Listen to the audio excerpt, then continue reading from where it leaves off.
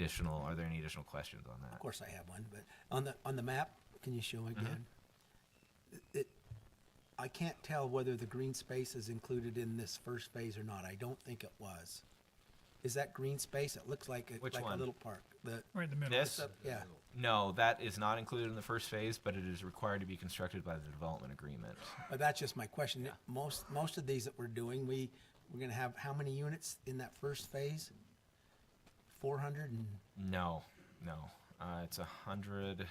well, it's not so severe then. No. It's on your last chart. Yep. I I mean, did- well, I read the whole 496, so that's what I was thinking. Yeah, the whole 496 is the. But how many whole- are in the first phase? Isn't it building 7A and B? Yeah, 7 ABC. I just And think, a little other chunk. don't we usually require a little green space to start up? There is green space, in that we have the pedestrian green street through the middle. Okay, The real reason that we can't construct the park now is because there's a giant transfer station in the way. they're starting with the transportation there. But they are actually required by the development agreement to construct that park at a certain value prior to a certain date. Okay, that's probably the answer I was looking for, just. So it's we not- do have a guarantee on that. Yeah, and I couldn't see that. I mean, I don't know how big that really is. Is that a pool in there? In here? Yeah. Yeah, on this illustrative plan, that is a pool, yes. And So is that this all is gonna go in the first at phase? least 40 plus feet wide, this Okay, Green Street. That's just for visual. There's no requirement in there. No swimming pool there. It is it actually is a proposal from well, I think the, that was a fair question, to have that many people down there. Oh, yeah.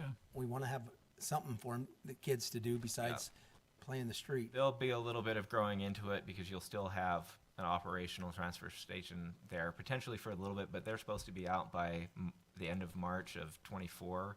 And if we get everybody moved in by that time, I think we'll have done a pretty good job. Yeah, I'll say.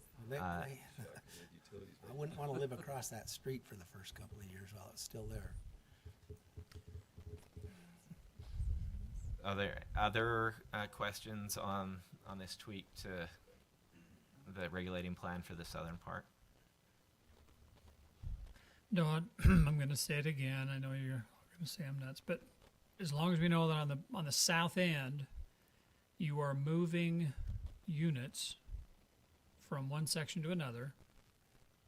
You're not adding any additional units, but you're moving those units and creating a higher density in some areas, moving it around. And the trade-off is you get more commercial. That's really principally what you've done. So as long as we're aware of what actually is taking place, so we don't change the height, we don't change the look, we don't change the building types, but the trade-off is you get more density over in one spot or an area where it has not been so. Correct. Okay, any questions for Josh? There Okay. I do have a number of additional things, Oh, please. housekeeping edits. These are just things that we've found in the interim after Planning Commission. And a lot of them are simple, like we're adding a date of original adoption. We actually updated the table of contents so it reflected the new elements we've added. This is one that actually is a little more substantive. We took to Planning Commission that lot type 29, the parking structure, but we didn't actually put it in any of these transect lists to say it could be used. So I caught that, and we've now added, in addition to fixing some numbering errors over here, we have added the parking structure lot type to the T5, the T5I, and the T6 transects, so it can actually be used, because if we hadn't have put it in this list, we would have had a lot type for it, but it wasn't permitted. So now it's actually listed here. The next is another technical element that we've dealt with Lakeside Avenue, or Lakeside Arterial Street, 2600 West. It's the Lakeside Arterial Street section that applies to both 400 South and 2600 West. And when we initially adopted the code, on all of the other sections we had specified an asphalt width. On this one we didn't, and the curb and gutter was included. The curb pan, or the gutter pan, was included in the lane, and the back of the 6 inches of the top back of curb was included in the park strip. So that made our park strip 6 inches narrower and left us with 9.5 feet of asphalt in the outside lane of the street. And when Public Works saw that drawn in a standard section on the first DRC application for the construction of 2600 West, they immediately looked at that and had a lot of concern. So we worked through with internally with Public Works Engineering and with the applicants, and came to the general consensus that we're going to add 4 feet to that right-of-way width from 112 to 116 feet to give the curb and gutter on each side its own 2 feet, so that we have a full 11 feet of lane width on the outside lanes and a full 8-foot park strip. That will be accomplished by taking 2 feet out of these private greenways or HOA maintained greenways that are adjacent to the right-of-way. So these will go from 40 feet to 38 feet on each side.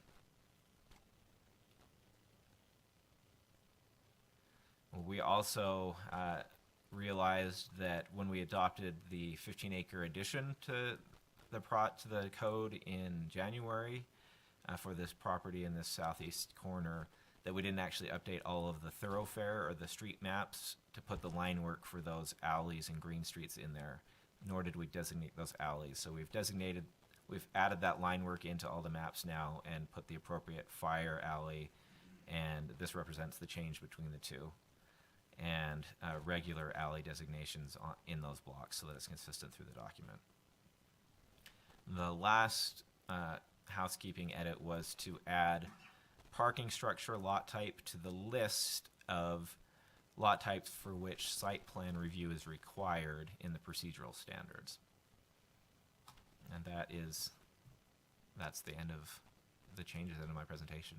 Mayor, just for clarity on that, those housekeeping items there, just make sure everybody caught, those have been found since Planning Commission looked at this. So you either need to be very comfortable and you have authority to take action on them here tonight, but if there's anything you believe the Planning Commission should review or examine on that, you also have the ability to send it back to them for consideration.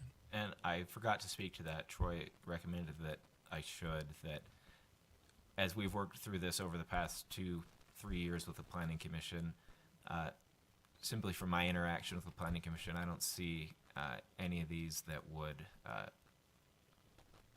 I think, generate any discussion at Planning Commission. We're comfortable taking them back if you'd like us to. And some of these even came out of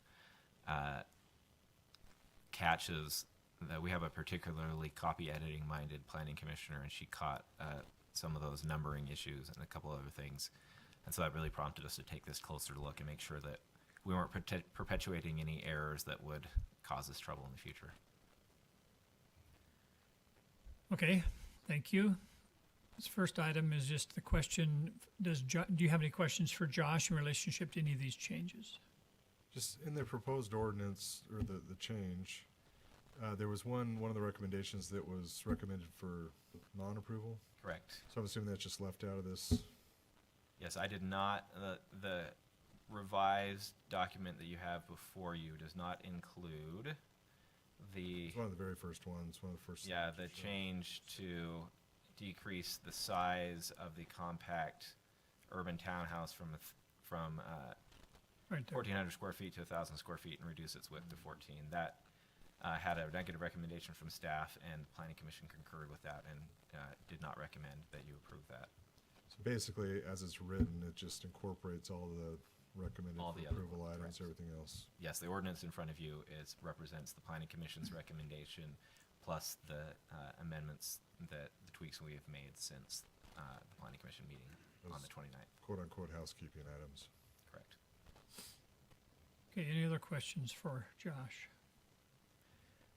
Okay, the next question is, do you want these items to go back to the Planning Commission that have not been reviewed by the Planning Commission? I think they're minor. I think that, I don't think there's, like Josh says, I don't think there's any discussion that Is would there be had. anybody who objects to it? I think it's fine not to go back. Okay. Any questions in relationship to the motion? Okay, I'll entertain a motion then. I'll move to approve ordinance number 24-2022, amending amendments to the Lakeside Landing Special District overlay. Okay, thank you. A second. I'll second. Okay, it's a roll call vote. Liz, Yes. Chris, Yes. Mike, Yes. Jason, Yes. Craig. Yes. Okay, thank you. There you go, gentlemen. You don't get any more.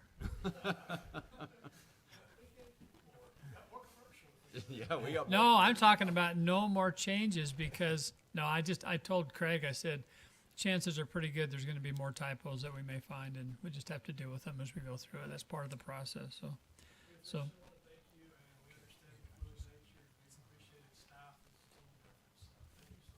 And come up with a new name for Main Street, your Main Street.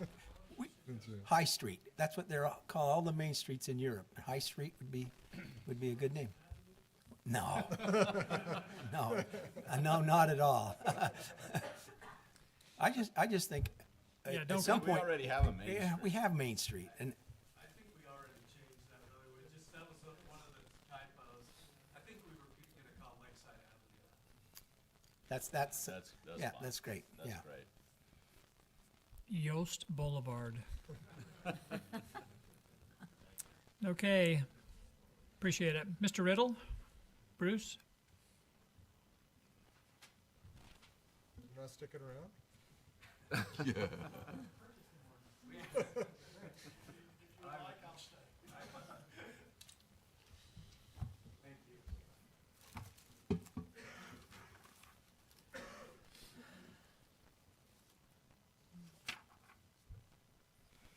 Thank you, Mayor, members of the council. I am going to go through this quickly unless you want me to go through it slowly. Done. I asked you earlier to make it exciting, so quickly would be exciting. Okay. You've actually already seen this presentation. We talked about it a couple We weeks have. ago in our study session. We have finalized the ordinance language, and it's been reviewed by administration. The directors have also had an opportunity to comment on it. I won't trouble you with this introductory information, but maybe just quickly for the record, run through the highlighted major changes between the existing purchasing ordinance and the proposed language that's in your packets with the ordinance that you're considering tonight. The first would be to change who designates the purchasing agents in the city. The current ordinance, under the current ordinance, that person is assigned by the city administrator, and under the new ordinance would be assigned by the mayor. In terms of purchasing authority, in the current ordinance, we actually do this by policy, not by ordinance, but we set spending thresholds for directors at 10,000, for the finance director at 25, city administrator 100, and everything over that goes to the mayor. Under this ordinance, we'll make it more explicit, put those thresholds in the ordinance, and set those levels at 25,000 for directors, 100,000 for the finance director, 250,000 for the city administrator, and the mayor for everything over that. Also not currently specifically addressed in the ordinance is at the threshold at which we open purchase orders for any purchases that we make in the city. But by policy, we've had that threshold set at $1,000, and the proposal here is to memorialize that in the ordinance at $5,000. And then this next one is probably the one most interesting. Well, I guess the purchase order level is important to the directors and departments, but also the thresholds for quotes and bids. So we would change the definition of a small purchase from items less than $1,000 to items under $5,000, which means they would not require documented quotes. Between 5,000 and 50,000 under the new ordinance, we would require 3 written quotes, whereas currently that's dollar amounts between 1,000 and 25,000. And then under the existing ordinance, we require a sealed bid or RFP for any purchases over 25,000. Under the new ordinance, we would move that to 50,000. In terms of contract signing authority under the current ordinance, the only person authorized to sign contracts related to purchases is the purchasing agent. Under the new ordinance, we would expand that authority to basically line up with the purchasing authorities that are already set. So directors could sign contracts that were up to 25,000, finance director up to 100, city administrator up to 250,000, and then the mayor for anything over 250,000. And then we did change just a couple of the exceptions to the purchasing ordinance under the current ordinance. We allow the city to piggyback on any state contract. And as we explained in the study session, the state has sort of changed the philosophy and approach they've taken to contracts and have done quite a few more multi-award contracts. What we're asking departments to do is in those cases get quotes from the vendors who have state contracts but are under a multi-award configuration. They can still piggyback on any single award contracts that are awarded by the state. Although overarching all that is the requirement under the ordinance that they look for the best economic interests of the city. And so to the extent that they can find a vendor outside a state contract that provides a better pricing, they have the flexibility to do that. We've also added some clarity to allow day-ahead or real-time market purchases to be executed outside of the purchasing ordinance. This affects mostly the power department, but could affect some other areas as well. And finally, Bruce, can I ask a question on that? yes, I'm sorry. So, in regard to that, because we're not talking $30, I mean, we're talking big dollars. What's the dual protection to protect Sean or protect anybody down there purchasing them? Is there two people that sign off on it, or is there one person, or how does the process work? Probably, Sean, do you want to speak to how you do that process? I'm not sure it's going to be the answer we want, and what we probably need to follow this up is an internal policy that memorializes what that process is. But Sean, can you fill us in on that? Guess that, I mean, if you're talking on an hourly basis, any of the guys that are there can purchase, power at that time, but usually what I'm doing is I'm going ahead, here, and I'm doing monthly ahead, and then getting down a daily meet, I'll talk about what we're gonna do. But you probably need to come up here. I don't know if we're broadcasting or not, but yeah, then you should come up here on that. But I mean, on an hourly, those are relatively small. Are they limited by their purchasing authority? Because that's the policy that would need to be in place to do We'd that. have to make some, because they would be exceeding their. John, there you go. They would be exceeding their authority, of what they are able to, like, go buy parts or this or that. They'd be exceeding that. Yeah, and I'm not trying to hamstring them at all. I'm just trying to Right. create some protection for them. That somebody can't come back and say, "What did you do that for?" And he's all by himself. Yeah. You know, you have some sort It'd of a have check to off. be more of a slip, to buy too much, which could happen. I haven't seen it happen as far as volume, or, or price. There's a lot that's been shut down to where they're a lot more hamstringed than we used to be, and it's a good thing in a It is- way. So it's- we're doing a lot of the planning ahead of time so that there shouldn't be the need for them to do much on an hourly basis. And so really the decisions are mostly whether or not they run our engines or not. And But that's again, based on internally, gas Sean, price. we have, I mean, here, we're asking the council to consider expanding that authority kind of across the board. The hourly purchases, if they're buying 5 or 10 megawatts, I mean, $500, $1,000 type purchases for an hour. Yeah, And day ahead could be quite a bit bigger, Yeah. but really should be reviewed because you have a day, I mean, you have time to yeah, think no about one it. buys day ahead without talking with me. Right, so So there's I the guess- ability to put the policy in place within the structure we already have, right? Yeah. That's what I'm thinking. I develop- mean, just I We think could develop something. I think it's just protection, and it may be nothing more than memorializing your operation now, so that you can make sure that people are just protected, and nobody can come back and question it, because it does happen, and you just want to make sure that Yeah, there's. it could, strange things could happen. Yeah. Okay. Yeah. Thank you. Sorry, Bruce. No, I think that's a very good point, Mayor, and we'll follow up on establishing a policy internally there that provides those protections. Again, the primary purpose of this change in the exception in the ordinance is that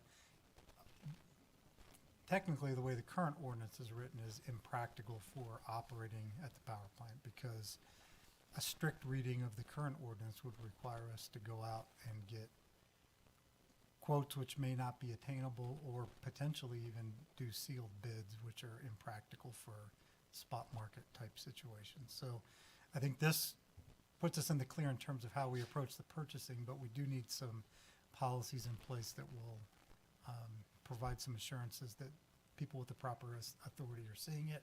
And I also like the idea of that being more than one set of eyes on it. So we'll follow up and report back on a policy there. And then the final exception was simply, much I think to the chagrin of the library, we had an exemption in the current ordinance for the library, and we've removed that because we couldn't come up with a good reason why we exempted the library before. So Sorry, Dan. that's the extent of the changes. We've effectively completely removed the old ordinance and just replaced it with new language. So that's the way the ordinance is presented in front of you. If you've got any other questions, I'd be happy to address those. Otherwise, we'd look for a motion on the ordinance. Okay, questions for Mr. Bruce? No. We're just glad you bring up that point about the documenting the process that they use in the power department. It's important to have some controls over there and appropriate governance for their protection. I mean, interestingly, that's As well one as of the the cities. triggers to cause us to really look at this is to try and make how we're actually operating clearly allowable under our purchasing ordinances. How long has it been since we raised it? It's been a long time, these limits. All the limits? I mean, have we even kept up with inflation? by No, these- no, which is why everyone behind me doesn't like me most of the Yeah, time. because, I mean, we're still not with inflation ahead where it was 20 We years ago. modified the purchasing ordinance shortly after I started working here in 2009. I think it was 2010. So, So it's been 12 years probably since we updated the well, threshold. maybe it hasn't gone up that high, but it's still, it's a good thing to do it. Get it It is. I think it makes things a little more efficient and will flow through a little easier. And I think we're still within sort of reasonable ranges of our neighboring cities and the thresholds that they've set. So I think we're Well, I just think of well within best practice. when you talked about that broken pipeline, and you've got to get somebody on there today, you can't come and I don't know if that would have fit in the previous contract for him to be able to do that. There's some allowances in the exceptions to address issues like that, but it's really more the day-to-day issues that are. If I could jump in, Bruce, you've all heard kind of the adaptive challenge discussion from us, so we're each working through as different departments, things that are holding up, blocking us, and slowing processes down, and this is a key one, where we could certainly add a lot of finance staff to move a bunch of this stuff forward and a lot of administrative staff in the departments, or we could put the weight on the shoulders of the directors to manage those lower level purchases efficiently and effectively. And we have a lot of trust there within the organization. So this is one way to free up time for Bruce and his staff significantly, and quite honestly, free up our department staff as well, because there's a lot of paper shuffling right now that's being locked up on really small dollars that don't matter. Well, I'll motion to approve, can we do it yet, Mayor? Please. Sweet. I motion to approve ordinance 25, 2022, amending all sections of Springville City Code Title II, Chapter 10, Purchasing. Second? I'll second. Okay, roll call vote. Mr. Snelson? Yes. Mr. Jensen? Yes. Ms. Crandall? Yes. Mr. Sorensen? Yes. Mr. Miller? Yes. Thank you. Write those checks. Is that You for know- Bruce or who's that for? That's for them. Yeah, it's just, they're not hamstring as much. I think Bruce assumed an awful lot when he said, the people behind me most of the time. I'm thinking, never. I know, I would like it noted for the record that I was behind Bruce and I don't really care. They don't let me buy anything. Well, that solves a lot, doesn't Yeah, it? I know, which is probably really good for the city. I'm just letting you know. All right. We are finally at the point where with the Public Infrastructure District policy, with a resolution for adoption. Once again, this policy is just the policy that establishes how we will deal with a policy or an application when it is brought to the city. It does not require us in any way to accept an application or approve an application. It does not require the establishment of any public infrastructure districts. It says this is how we will deal with it if we get an application, and that is it.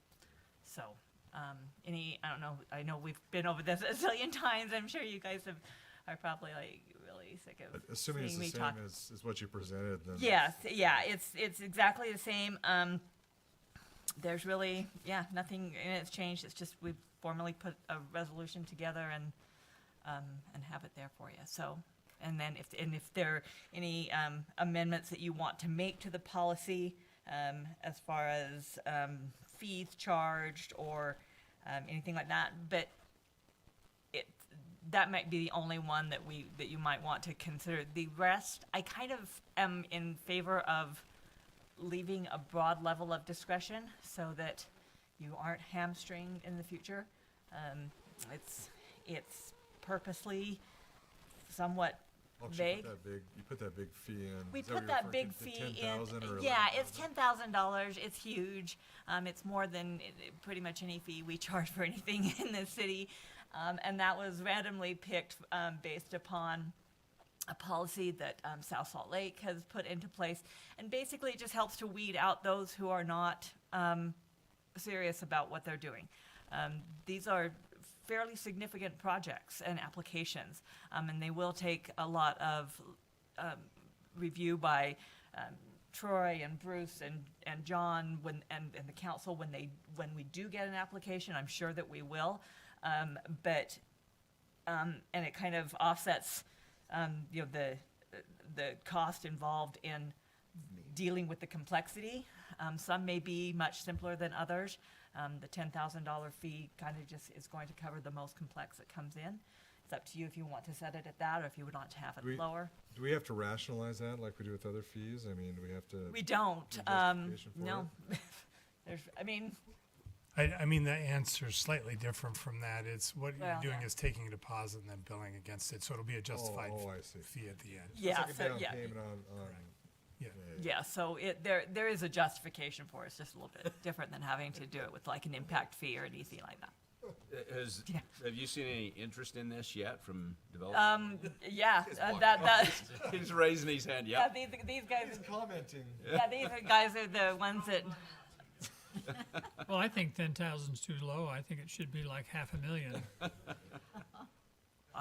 mine is not to question why.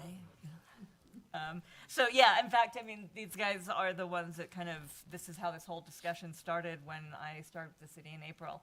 And so we've just kind of gone, I drew the lucky straw and got to do public infrastructure districts. And so that's kind of just where we are, and it's now up to you to amend it, however, whatever you want to do. Hey, questions for Carla? You've had a chance to go through this a number of times.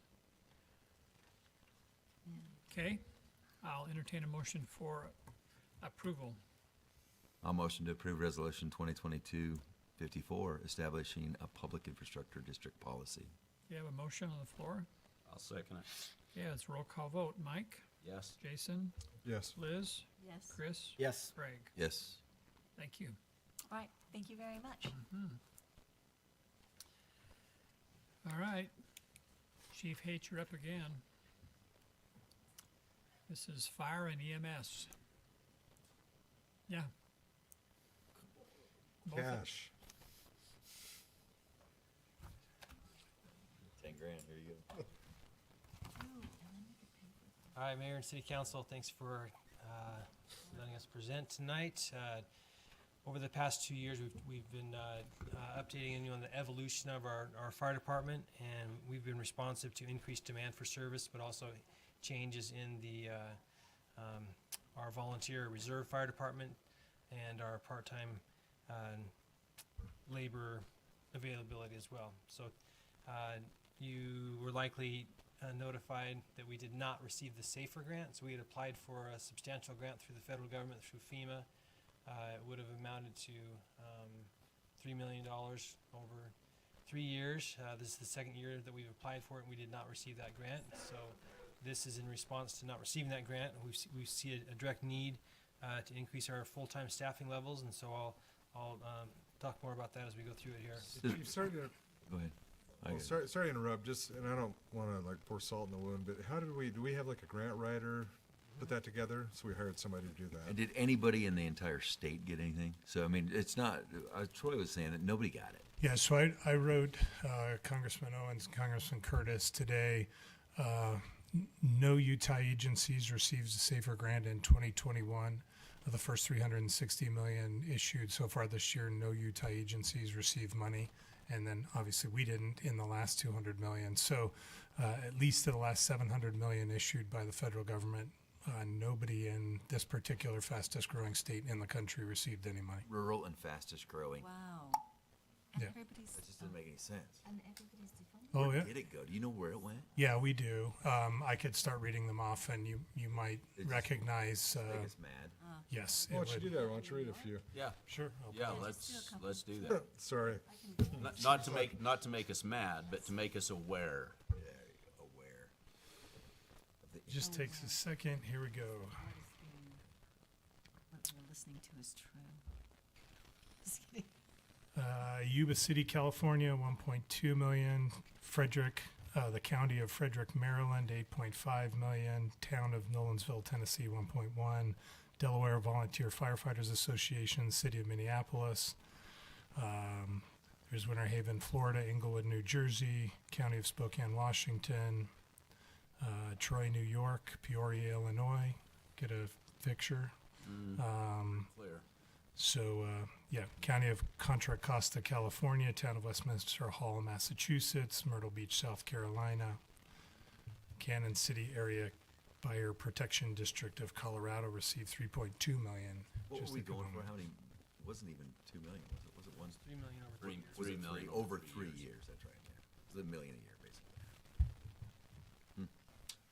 All right, let's hear what you got. Sorry.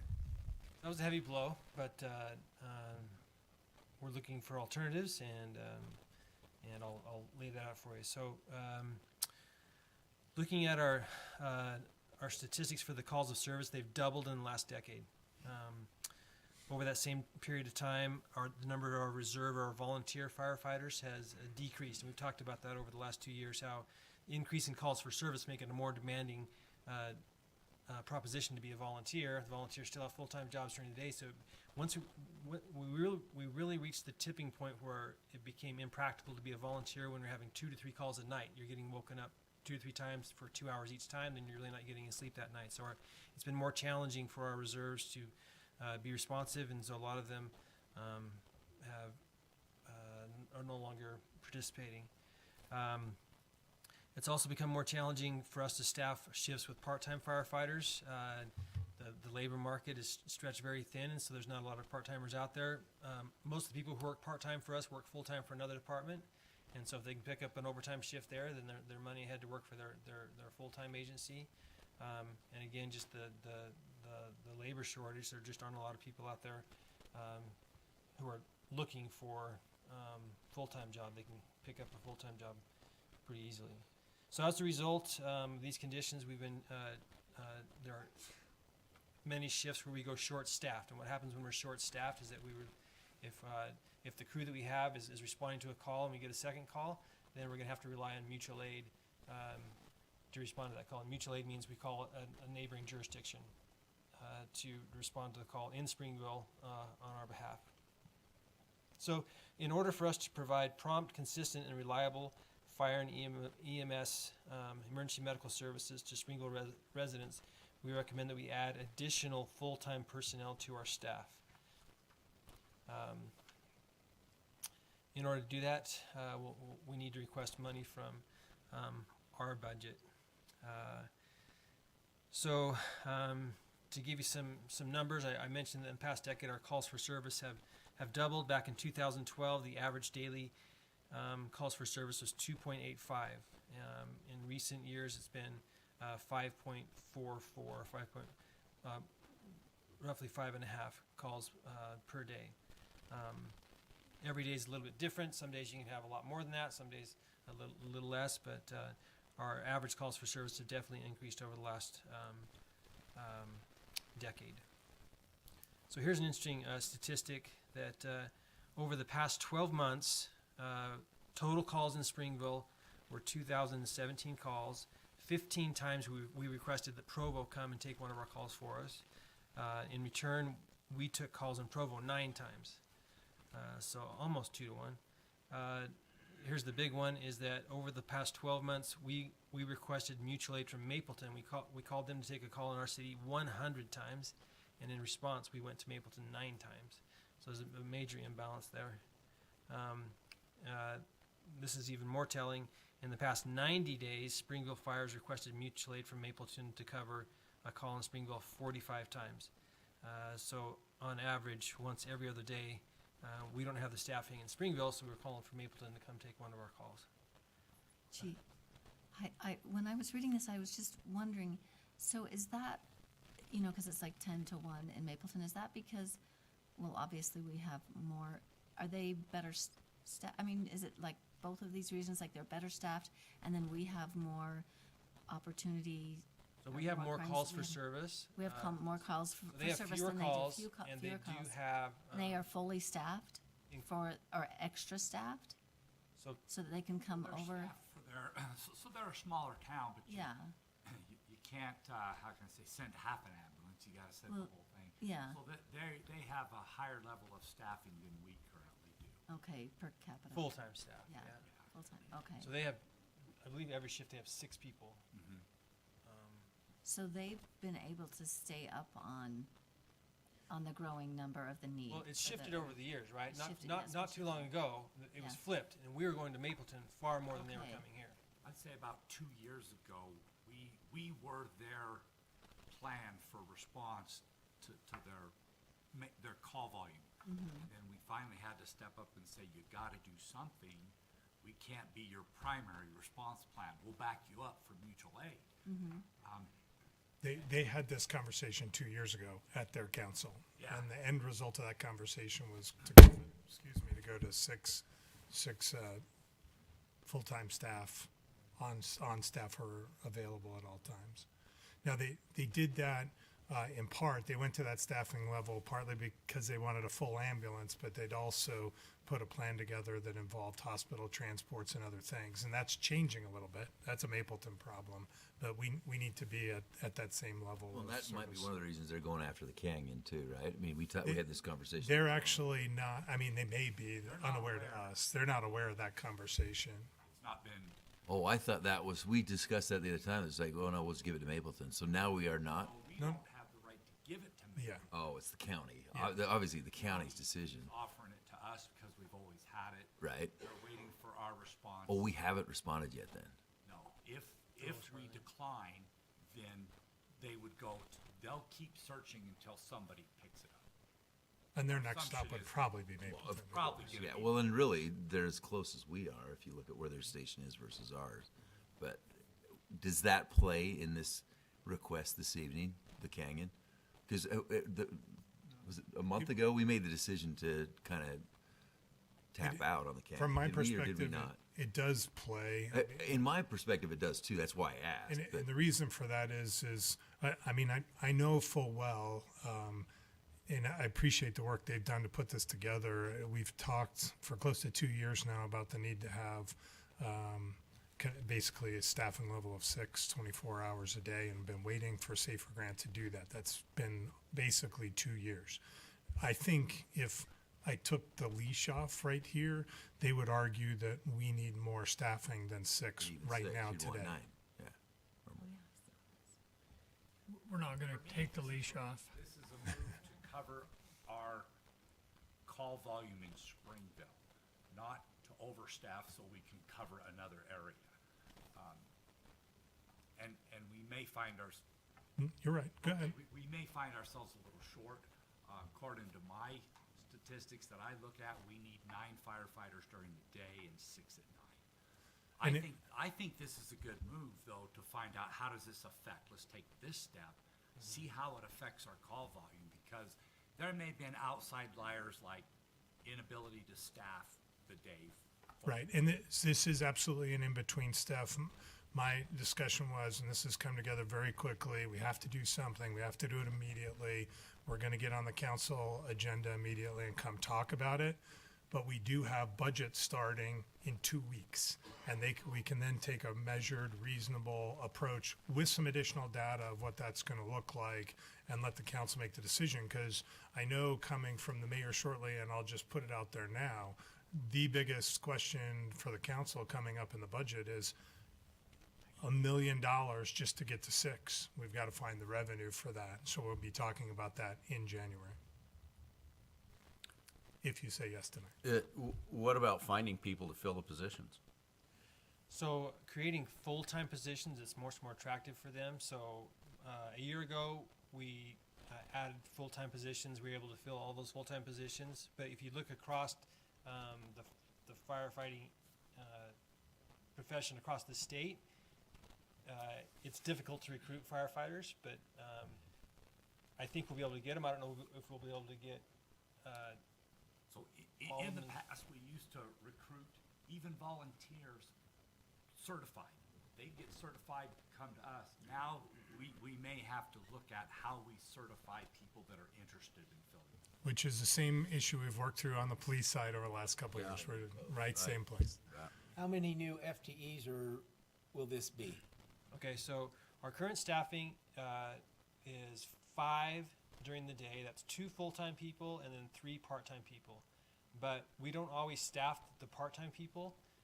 So some days we'll have 4.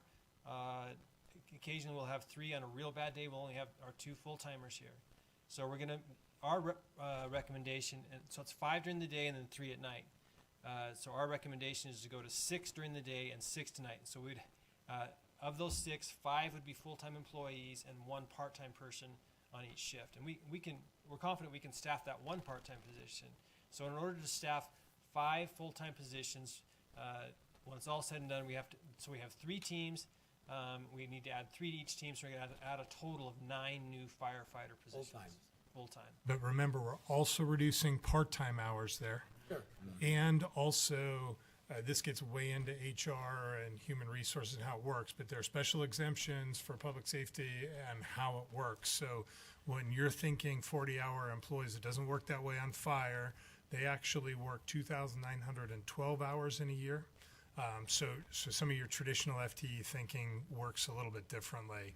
You're actually taking quite a few part-time hours in return for these full-time firefighters you're employing, because they have built in some of those sleep hours that they're granted while on shift. So it works completely differently.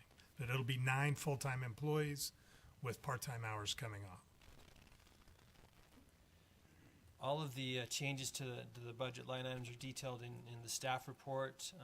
The bottom line is that in order to make this move for the next 6 months from January through the end of June would cost just over $400,000. And this is but that is, it doesn't solve the problem going forward. And so as Troy mentioned, we have to come up with a budget proposal going forward after June. That's assuming you're able to get all the employees like day one, right? For the Correct. period. And I think the other thing is, and we all know this, is that once you get in this pool, you're not going to get out of it. I mean, you're not going to go 6 months down the road and go, I think we're just going to go back to a shorter staff. I mean, you're really staffing to the volume that you have. It's really what you're doing. Okay, other questions for them? Okay, now this is a resolution to enact them to get their staffing up to speed and also to allocate the funds to be able to do this. It actually does not allocate the funds yet. We'll operate under the budget, but in Bruce's Okay. next budget you. opening, we'll do that. Right now, it just gives us authority to hire. Yeah, I anticipate we'll come back in January with the budget opening. I've got a long list. This one is probably the biggest dollar one, but in January, we'll ask for the budget amendment to make that part formal. Okay, sounds Just- good. Hey, can I ask just a quick question Sure. there? Sorry. Is there any kind of impact fee component that can be directed towards Good question. There's not. emergency services? No, there is an impact fee component that you can direct towards new fire trucks, but there's nothing to direct towards new personnel. And the building, and And we the used impact fees to finish the second floor last year. It's all the infrastructure, but not the people. Yes. Right. And I don't know, I've broken record on this Canyon thing, but it doesn't pencil, is what we discussed a few weeks ago, right? That's right, and we'll still come back to you. The reason that hasn't happened is that they've been instructed to kind of get the best offer the county is willing to do. We'll analyze it, come back, and let a final decision be made on that. But right now, that's where the three of us are at. That it doesn't pencil. It doesn't Does pencil, not pencil. because we're walking, it's not a lot of revenue, but we're walking away from revenue, yet increasing our expenses. You're correct. If the county were to staff an ambulance up there, a three-person ambulance, it would cost them $450,000. Correct. Yep. They're offering us $30,000. Yeah. Well, and with the bat saying, "Oh, but Mapleton will take it in a heartbeat," but will Mapleton take it? Well, and that's not our problem. The answer to your specific question, and that's why we need to complete the analysis on it, is yes, we're walking away from 30,000 up there. Well, but plus call. I mean, but it's we're 30,000 also- and then plus whatever call volume. But we're also currently sending 100 calls somewhere else, and we're losing that revenue. Yep. And so our first impression is if we keep it here and we're responding to our own calls, we'll actually end up with more revenue than when we're gone up there for several hours. But we need to show it to You'll you. analyze. I'd like to We're see gonna it have to, because I mean, exactly. some ambulance companies are all about the calls. We want more calls. We want more calls, and we're walking away from. But yet we are walking it because we're giving them to somebody else. So it's a double-edged sword. We're giving them away. That's what I mean. But up the canyon, we are. We can't handle the calls we have here. Yeah. Chief, what he's saying is that once we increase the staff, will we have enough to do the 100 calls plus the Right. county? That's really That's what where I'm Craig's at, talking yeah. about. I think we're gonna just be able to manage our own call volume, maybe 3 people short during the day. Okay. But really, at the end of the day, if it doesn't pencil, then the people that are presenting it, i.e., the county, need to say, "Hey, well, let's make this right." Right. I mean, and that's the message that needs to be sent. Either us or Mapleton or both of us say, "You know what? We're not going to fight over this because it doesn't make sense." And that's that. Because that's at the what's end of the happening. day, I would like to have it if it made sense because I think it's best for people. I mean, it'd be nice to have decent service if you're going to have a heart attack up the canyon.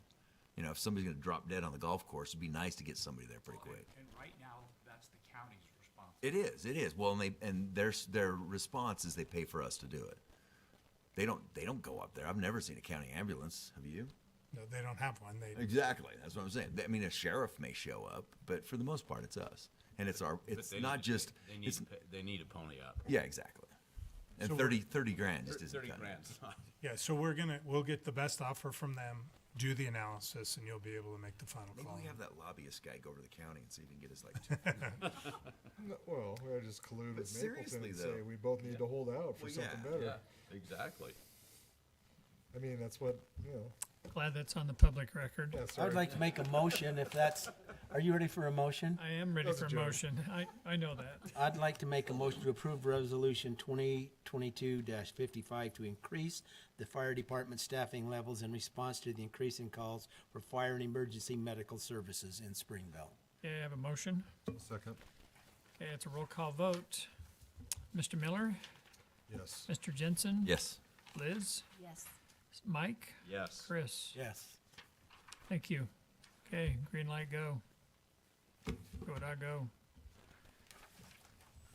Well, Closed session.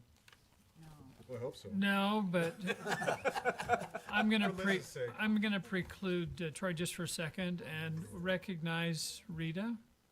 This is your last meeting, and we're tearfully sorry to see you go. So you're easy to love. So we appreciate you and all that you've done for the city, and we'll miss you deeply. And we hope that you're not a vacant person that doesn't come down here and say, you know, I used to be the director here. Now let me tell you how to do this. No, I know, but just keep us up to date. We'd love to see you and hope that you feel comfortable coming down anytime. So, thank you, Troy. I just want to schedule a budget retreat that Rita doesn't have to come to. So we're proposing, we talked both with the mayor and staff today, and we do need to have our regular January budget retreat. Because we just recently had that fall strategic meeting, we think we can keep it short, probably in the 3 to 4 hour range.